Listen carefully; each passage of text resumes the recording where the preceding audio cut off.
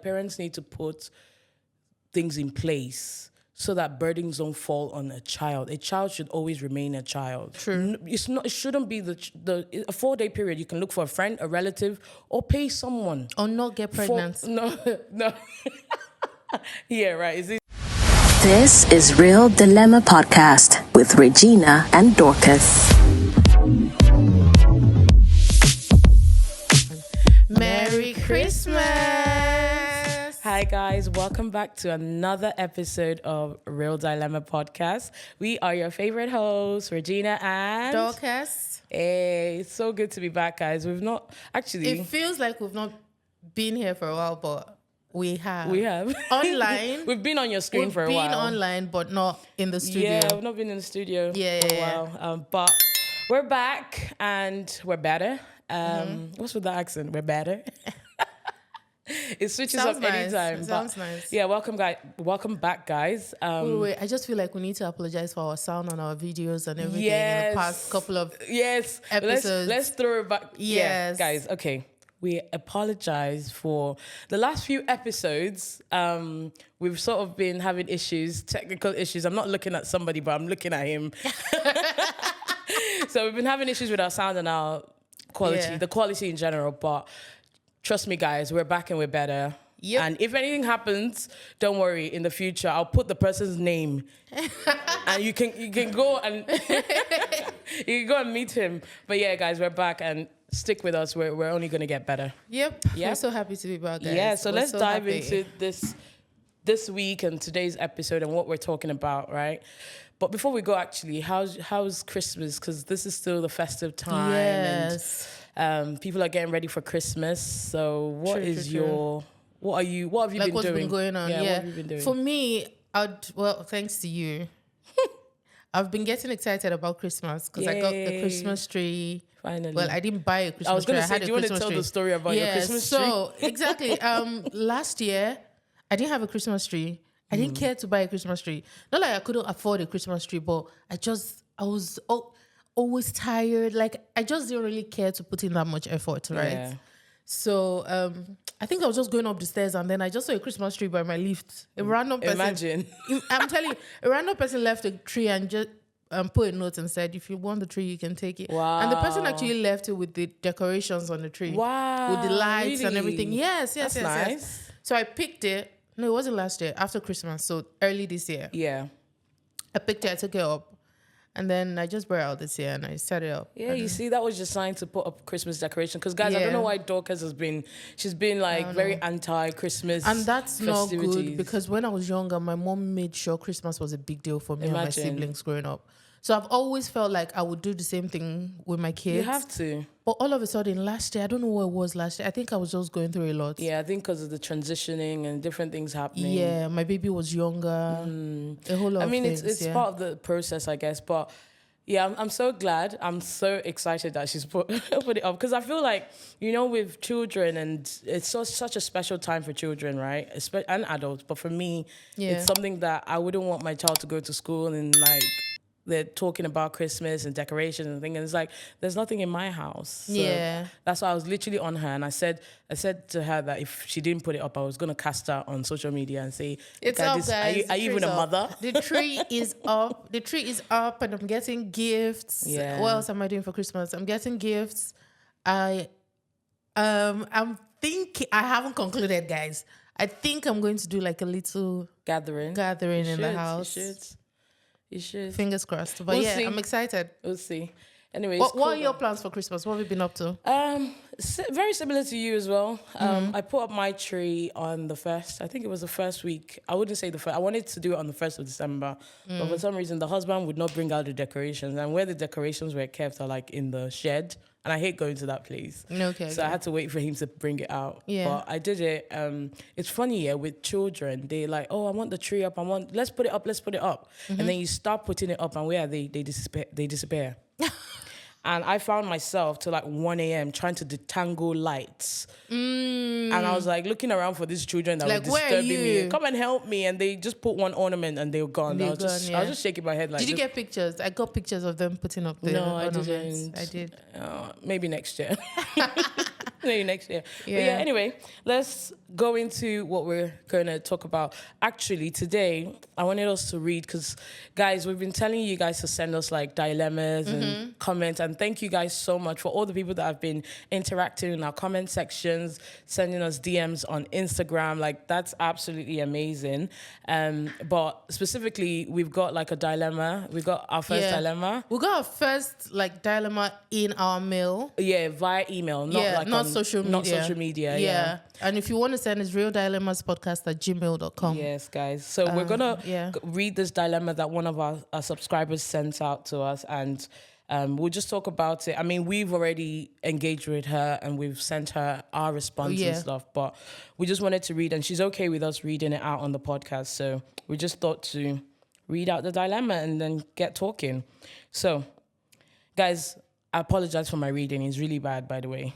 So she sends us an email and says, "Hello, well done on your podcast. I love tuning in. So thank you, girl. If you know yourself, thank you. The situation I'm in is quite common for many immigrant children, especially firstborn African daughters. My mother and biological dad chose to have another baby." I like the fact she said chose to have another baby when I was 10 years old. And at this point, both my parents were constantly working or had other commitments. And because of my age, this burden of looking after my baby brother fell onto me. My dad was home sometimes with me, but he was She said he was incompetent, and I had to be the one to feed, change, and entertain my brother. Okay. And make sure that he is in bed at the correct time. Because of this, I lost so many years of my teenage years babysitting and being unable to go out due to having to look after him. That's sad. It's really sad. That's sad. It's really sad. Currently, sorry guys, it's a long one, by the way. Currently, I'm living with my parents and I'm almost 19 years of age. And my mother has taken the leap to have a baby with her new husband at the age of 39. This girl really, really casted everybody. But so her mom has decided to have another baby, and she's 19, by the way. She's taken off work for 3 years after this baby is born. She's taken off work for 3 years after this baby is born. Today, she asked me to look after my younger brother, who is now 8 years old, while she goes to the hospital to get induced over a 4 day period. I expressed to her my commitments with work and running my business, and how it is almost impossible for me to cancel everything I have to help out for that long a period of time. Yeah. She proceeded to tell me that because he's my sibling, it is my responsibility, and I am selfish for not dropping everything I have to babysit him. Imagine that. So my question to you guys is, am I an asshole? And how do I go about this? The end. Love you. No. Oh, she's so sweet. She is. Wow, that was a long read. When guys, you were reading it, what thoughts came to you? Because as I was reading it, I was thinking about my own kids. Really? Yeah. So what thoughts came to you? Because sometimes, low key, I make my first daughter entertain her brother. I do it sometimes. Unconsciously, I'm like, go play with your brother. And that's why she said her first line was that the situation is very common. It is very, very common in the African society with their first child, be daughter, mainly daughters really, but regardless, the first child is usually like the scapegoat.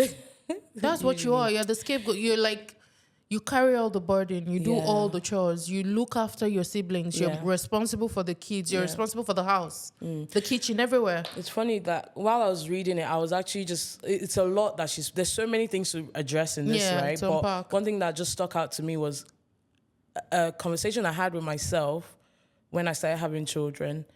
It's, like you said, it's so easy for us to fall into that habit of the first child. And I found myself doing it, like, Emmanuel, go and do this and go and bring this and go and bring that. And I have to constantly remind myself that no, because before I started having children, I always told myself I don't want to be that mom that would because I have experienced it with a friend of mine who was older. Yes.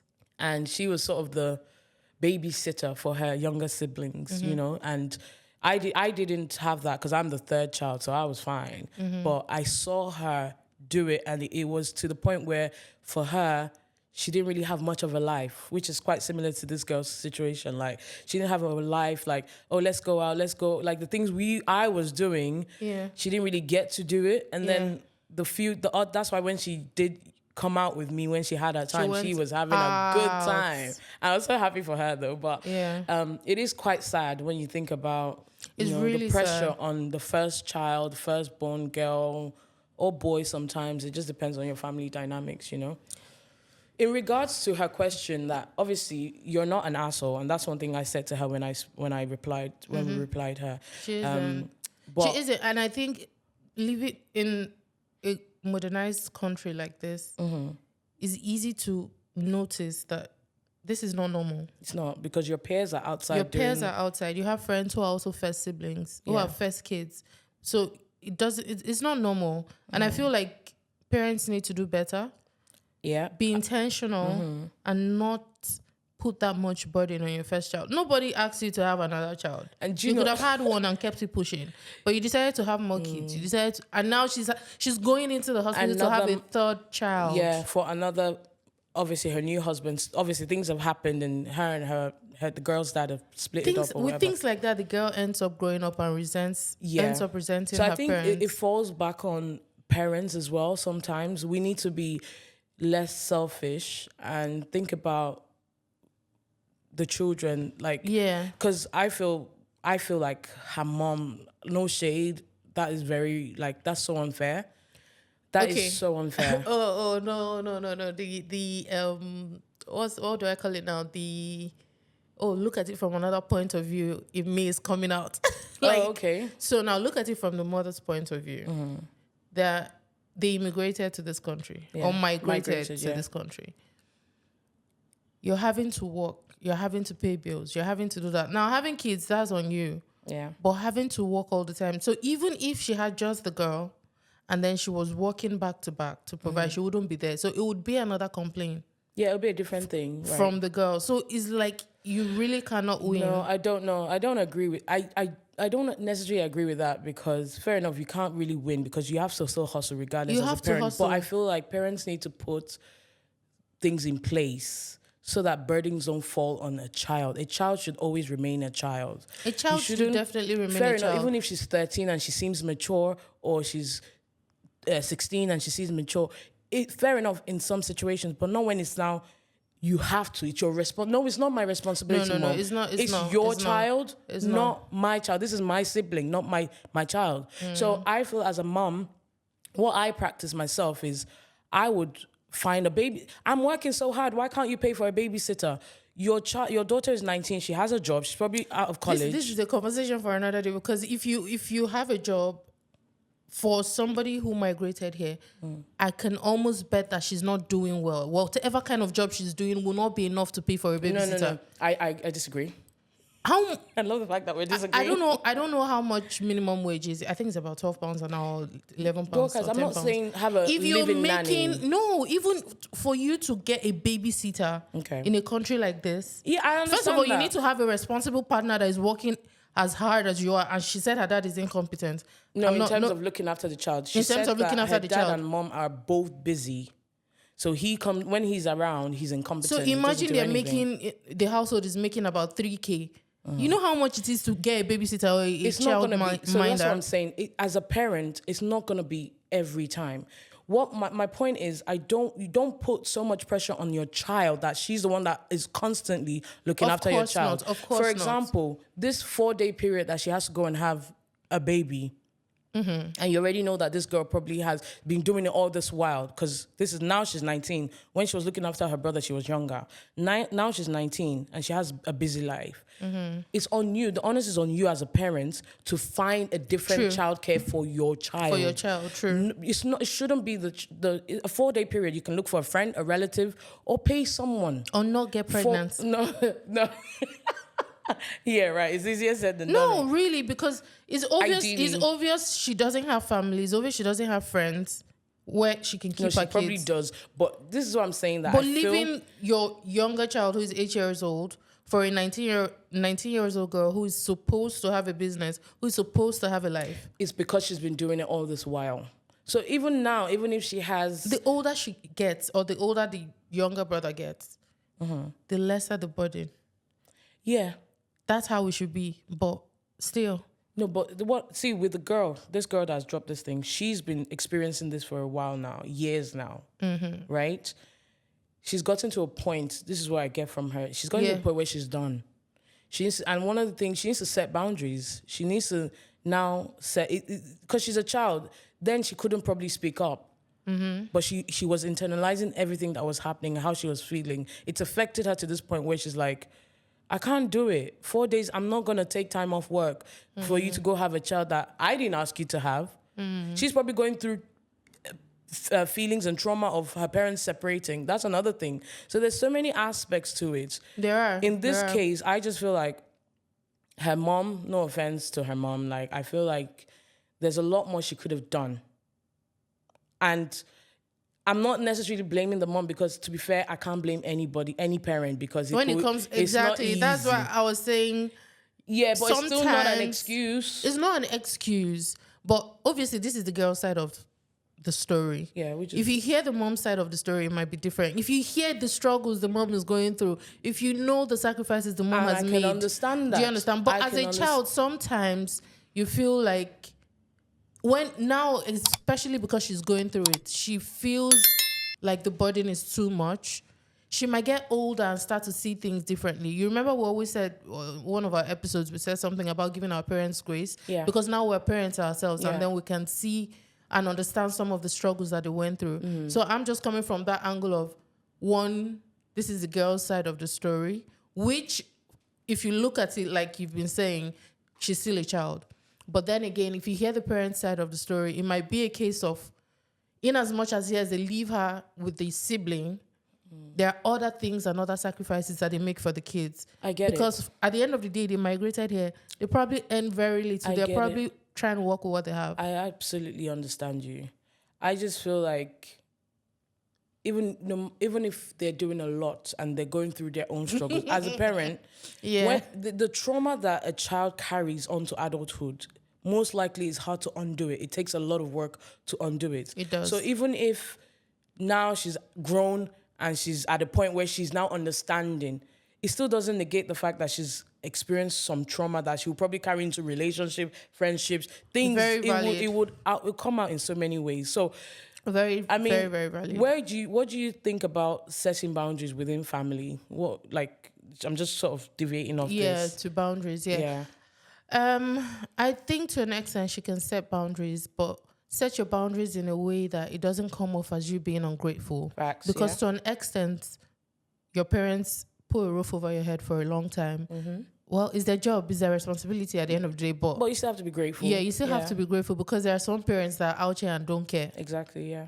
So she still needs to set her boundaries without necessarily coming off as an ungrateful child or a child that is spoiled. You know how they now say, oh, this child is spoiled. Yeah. But how would she set her boundaries in a case like this? I mean, should I read my response to her? Go on. So one of the things I told her was that, in terms of setting the boundaries, it's not selfish for her to set boundaries, but she needs to, just like you said, come out, set her boundaries in a way, like in a loving manner, right? So I gave her an example of how to sort of speak to her mom. And I said, you can say something like, for example, Mom, I understand how stressful this time is, and like this time must be for you. And I would really love to help you where I can.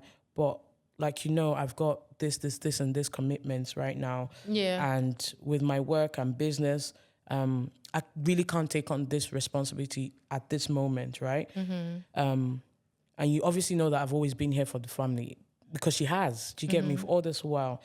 But I need to actually make time for myself in this moment. Yes, I think that's a good approach to set boundaries. And then I also said to her, if you have, because our parents are not perfect. They don't know everything.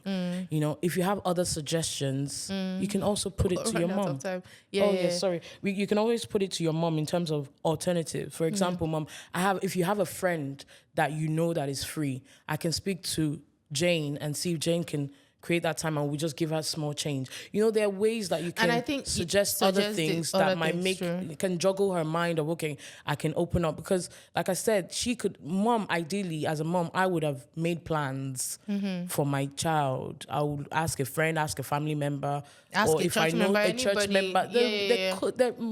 I always feel there's somebody.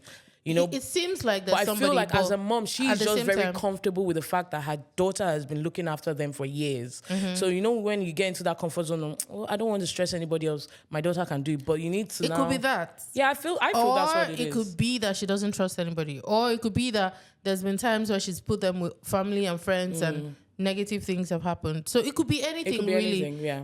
I think the boundary I think she should set is maybe... She says she has a business. If you have a business, go out for your business. Have a place of business that is outside your house. So you have to leave the house for that business.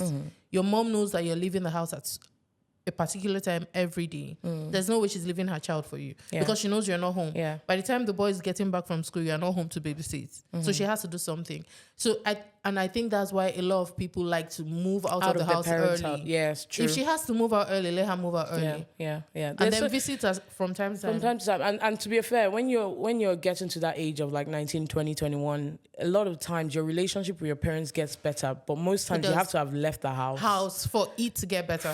That happened to me, but we can talk about that in another our own personal experiences, how we built relationship with our parents, because that's actually a good conversation to have with young ladies and their moms and things like that. Yeah. I think mine got better. Mine got better when I went to uni, and that's because I left uni.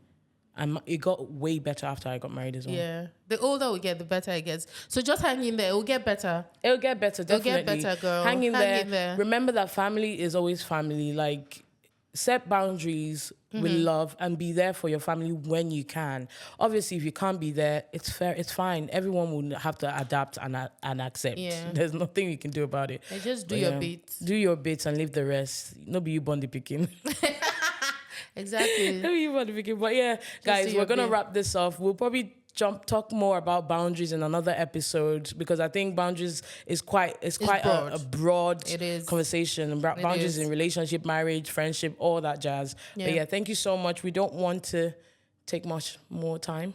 All right, guys. Thank you for watching. Don't forget to comment, subscribe, follow us on all our social media platforms. It's Real Dilemmas Podcast everywhere. Yeah. I almost forgot it because I haven't said it in a while. But yeah, it's Real Dilemmas Podcast everywhere. Share. Tell a friend to tell a friend. And we love you. If you have any more dilemmas, please send it to our email address or DM us on Instagram. Yeah, we'll see you guys in our next episode. Have a good Christmas, guys. Love, guys. Always. Bye. Bye.